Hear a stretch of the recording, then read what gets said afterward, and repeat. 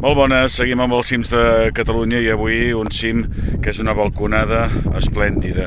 Aquí sota tenim Vilar de Cavalls, Olesa de Montserrat, una panoràmica del Baix Llobregat realment esplèndida, al fons també s'Alvira, Collserola, també tenim el Vallès, òbviament amb aquesta altra banda, Terrassa i Sabadell, la Noia també es veu amb alguns dels llocs. És la creu de Saba, 596 metres, és el punt culminant, aquí veiem la creu del municipi d'Olesa de Montserrat. Abans es feia romeria aquí per buscar farigol en tota aquesta zona.